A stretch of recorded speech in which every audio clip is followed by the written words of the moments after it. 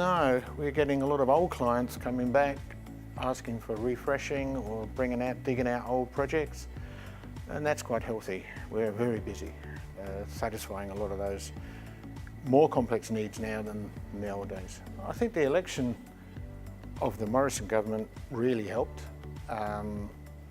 as opposed to what might have happened otherwise.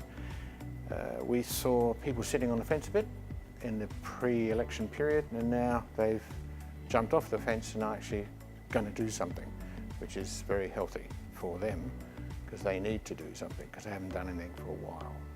We really haven't noticed it as yet. What we're seeing is essentially the same type of growth, and we've had decent growth for the last 2 or 3 years and in the last 12 months. So we haven't really seen it slow down. So it is still maintaining roughly the same pace that we've had for the last 3 years. We're not having huge amount of growth, but we're having growth. Well, for us at the moment it's pretty balanced. We obviously see some companies rising and there's some other companies that fall away a little bit, but on the whole things are pretty good. Victoria's really strong, major manufacturing area for us, and I guess with the onset of some new products of ours, that's also helped to fill some of that gap.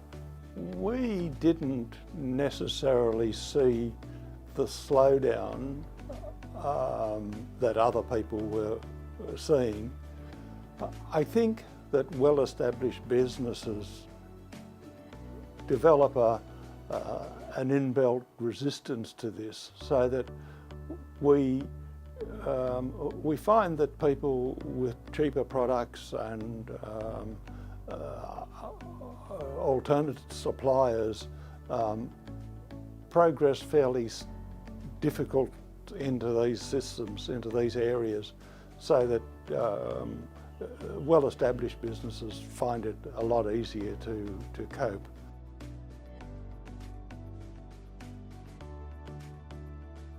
We didn't know this activity due to threshold change. I felt we saw the activity because of the usual lateness in people trying to purchase.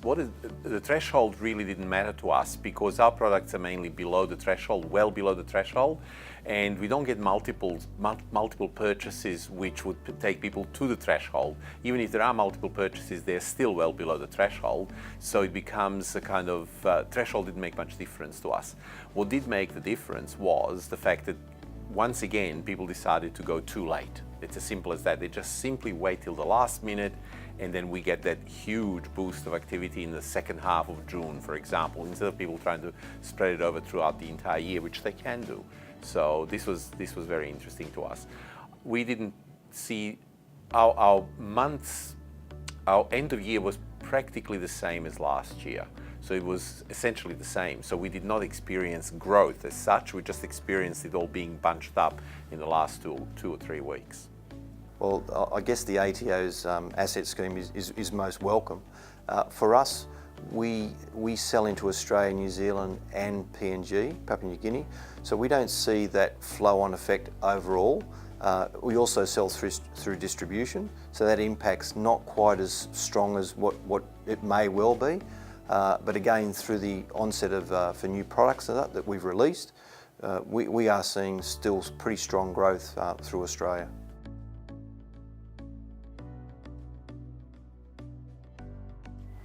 Australian industry is very innovative. Where other countries use volume to solve problems, we have to do many different things at the same time as solving all of those problems. We're good at this. We need some assistance from the government, not disincentives. That doesn't help. Encourage businesses to do R&D or invest in somebody who can, instead of picking away at it and reducing it.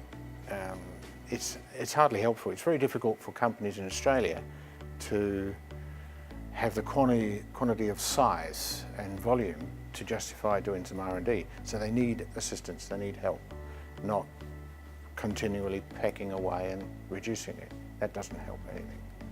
Okay, the Reserve Bank has reduced interest rates, and the rumour is that they will reduce it again, but they are running out of interest to reduce because we're down essentially to the last percentage of interest rate. So what I feel they need to do, and they've already done some of it, they've injected cash into the economy through tax cuts, but those are not going to kick in until about 6 months or thereabouts. But the second problem is that they are really targeted towards consumers, whereas they're not targeted towards business. So what may be more interesting for business is, for example, if they adopt a different kind of a cash injection, like quantitative easing, like they did in the United States, where they actually print money in a sense and add more money into the economy, which may give the businesses a boost and allow businesses to spend for business. And that may generate more turnover and more income for business and hence more profit. Directly for us, it should be in around infrastructure. Infrastructure and resources are the strongest area for us, where we see the penetration. So they would be the two key areas, as well as safety, because we bring a lot of our products in now with safety in mind, along with our battery technology, which then eliminates cords and on-site injuries. I think the tax cuts they've done are probably a good idea. I hear all sorts of reports about whether they're effective or not effective. I think the government has to bite the bullet and start some very big major infrastructure projects. And until it does that, it's only half-hearted about what we're achieving. The companies in Australia need a big influx of money from the government, and honestly, we don't care whether the government goes into debt a bit.